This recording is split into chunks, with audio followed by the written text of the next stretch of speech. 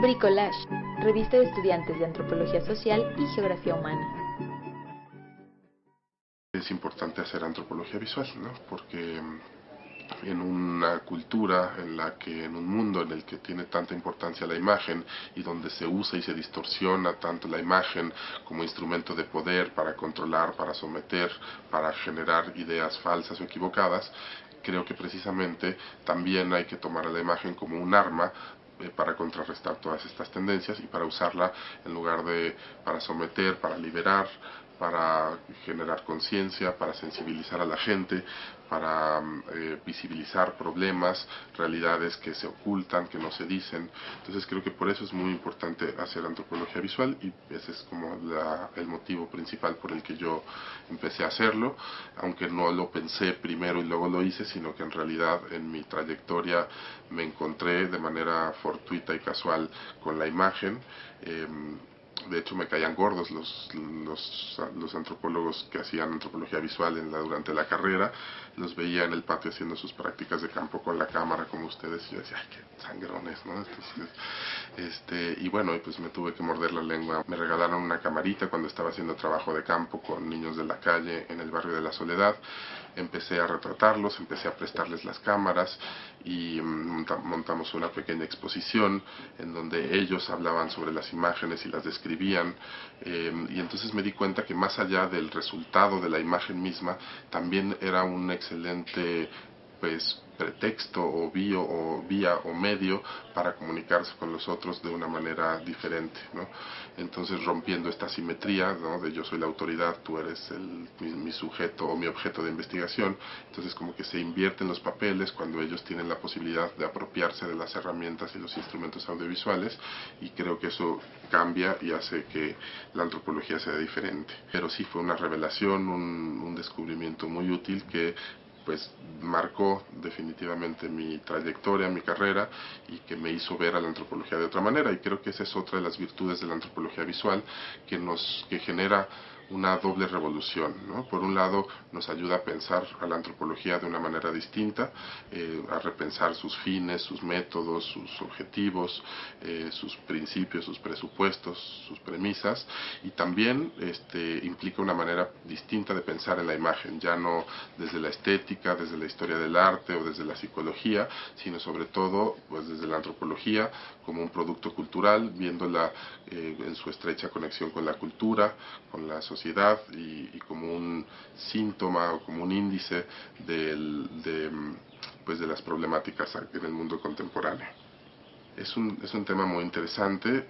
Es muy común pensar que ninguna adaptación cinematográfica de una novela le llega realmente a la novela, pero bueno, sirve muy bien para entender justamente las propiedades de la palabra y las propiedades del lenguaje audiovisual.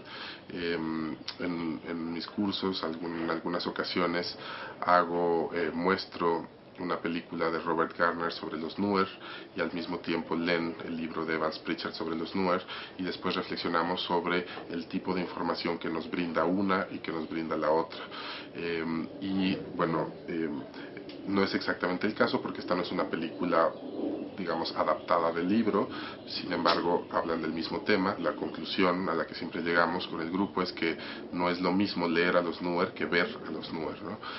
Al leer a los Nuer podemos entender mucho mejor la estructura, las funciones, cómo está dividida la sociedad, la división laboral, los rituales, el significado de los símbolos, pero al ver la película pues vemos los cuerpos de los Nuer, vemos cómo se mueven, entendemos la cadencia, entramos un poco en el trance, en sus rituales, vemos de una manera muy vívida cómo hacen sus ritos de paso, cómo se cortan, ¿no? Se hacen escarificaciones, y todo esto es una información muy vívida, muy sensible, que nos permite conocer otros aspectos de la cultura Nuer. Entonces, más que decir que una es mejor que otra, o sea, decir no lean el libro, vean la película, o no vean la película, lean el libro, sería una tontería. Yo creo que hay que hacer las dos, ¿no? Ahora, bueno, me desvío un poco de su pregunta, pero en cuanto a las adaptaciones, yo creo que los ejemplos más, o los casos más afortunados son aquellos en los que el escritor mismo participa en la adaptación, ¿no? El primer caso, o el caso más importante que me viene a la mente, es Los albañiles de Vicente Leñero. Es una excelente novela que, por cierto, es resultado de un trabajo etnográfico de muchos años de observación y de convivencia con diferentes grupos de albañiles. Y luego, cuando Jorge Fons dirigió la película, invitó al mismo Vicente Leñero para que hiciera la adaptación, y de verdad captura y tiene el mismo espíritu, y no es que la ilustre literalmente, pero evoca el mismo tipo de cosas y de sensaciones, y se fija en el mismo tipo de aspectos y matices y sutilezas de la cultura albañil que el libro, ¿no? También hay otras adaptaciones muy desafortunadas donde se pierde gran parte de la esencia, y bueno, nunca es fácil, ¿no? Justo tomando el hilo de Los albañiles, yo en mi investigación doctoral eh, estudié, bueno, mi interés original era estudiar las transformaciones del espacio urbano en un momento en el que hubo, y que todavía continúa, un boom constructivo, un gran auge en la industria de la construcción, y por todos lados veíamos obras, y bueno, todavía, ¿no? Pero digamos, desde la construcción monumental del segundo piso hasta la reparación de un simple bache, siempre el espacio urbano está en construcción, ¿no? Entonces, una característica de nuestro desarrollo urbano, de la concepción de la cultura urbana, es el estar constantemente haciéndose y rehaciéndose y reinventándose. Cuando entendí esto, me di cuenta de que para conocer nuestra ciudad, pues era muy recomendable conocer cómo se había construido y cómo se estaba construyendo la ciudad, las causas, las consecuencias de todo este auge constructivo. Sobre todo me interesaba mucho el sector de la construcción de viviendas, ¿no? Qué tipos de viviendas se están haciendo, cómo se vive en estas nuevas viviendas. Entonces, pues decidí primero, en una primera aproximación, estudié una demolición de una casa antigua, donde se iban a construir varias casas mucho más pequeñas, ¿no? Que ese es un caso muy típico de que una casa antigua que ya no es funcional se demuele y se adapta a las nuevas necesidades y a los nuevos estilos de construcción. Y después me metí a la construcción de varios edificios de departamentos en la colonia Roma, y justo para resolver esta inquietud o esta duda existencial que tenía de cómo la ciudad ha llegado a ser lo que es y en qué se está convirtiendo hacia adelante, ¿no? Entonces, mi intención era ser testigo, documentar paso a paso el proceso de transformación de un lugar determinado. Bueno, y en un principio mi interés era retratar y entender a todos los actores involucrados en estos procesos constructivos, desde los políticos, las autoridades delegacionales de la Ciudad de México, los arquitectos, los ingenieros, los maestros de obras, los albañiles, los compradores de esos departamentos, ¿no? O sea, tratar de entender todo el universo, todos los actores, toda la cadena de actores involucrados. Pero poco a poco, conforme fui conociendo a los albañiles, y particularmente a los peones más rasos, de la escala más baja en esa jerarquía laboral, me di cuenta que eran sujetos interesantísimos, con una cultura muy rica, con un ingenio para resolver problemas prácticos muy especial, sujetos híbridos entre el campo y la ciudad. Casi todos provienen de los estados aledaños a la Ciudad de México y son migrantes temporales que vienen a vivir en la ciudad, y entonces traen algo del campo a la ciudad y llevan algo de la ciudad al campo. Entonces son sujetos muy particulares, que además me interesó mucho la manera como ellos habitan en la obra entre semana. Mientras viven aquí, se apropian de un espacio que es un espacio muy precario, muy hostil, ¿no? Muy pues rústico, pues, ¿no? O sea, sin ningún tipo de comodidades, y sin embargo ellos se hacen sus cuartitos con los materiales que tengan por ahí a la mano, hacen una pared, una cama, y me pareció muy ingeniosa su forma de apropiarse de un espacio que ellos al mismo tiempo están transformando, ¿no? Después me di cuenta de que esa era una metáfora, una analogía muy acertada para pensar en cómo vivimos los habitantes, los chilangos, cómo vivimos en la Ciudad de México. Entonces, esta manera de habitar precaria de los albañiles, siempre inestable, siempre resolviendo problemas en el momento, sin mucha planeación hacia adelante, sacándole la vuelta a los problemas con mucho ingenio, no con ingeniería, sino con ingenio, con habilidades, con destrezas manuales, con un trabajo muy artesanal muchas veces, van resolviendo su habitar el espacio. Entonces me pareció que la manera como los albañiles se apropian y habitan de la obra al mismo tiempo que la transforman era una buena forma de entender cómo vivimos los chilangos en esta ciudad, todo el tiempo sacándole la vuelta a los problemas, sin mucha planeación hacia adelante, de una forma muy precaria, siempre ingeniosamente, digamos, si nos tapan una calle nos brincamos el camellón para pasar a otra, ¿no? Recurriendo no tanto a las reglas, a los sistemas formales, sino más bien a la sabiduría popular y a soluciones informales, ¿no? A la economía informal, etcétera, etcétera. Entonces, pues un poco tal vez podríamos resumir que todos tenemos algo de un albañil dentro de nosotros, ¿no? Dentro de nuestra manera de hacer y deshacer y habitar el espacio. Y bueno, los albañiles han sido objeto o víctima de múltiples prejuicios, de muchos estereotipos, de muchas ideas preconcebidas. Es muy común pensar en ellos como holgazanes, como flojos, que se roban el material, que no quieren trabajar o que les tiran piropos muy ingeniosos a las chicas. Y bueno, todas estas ideas no es que sean falsas, ¿no? Sí radican en algo que sí es real, pero sin embargo han sido amplificadas o magnificadas por los medios de comunicación, por el imaginario, han llegado a ocupar un lugar muy particular en el imaginario de la gente, y sobre todo en el cine.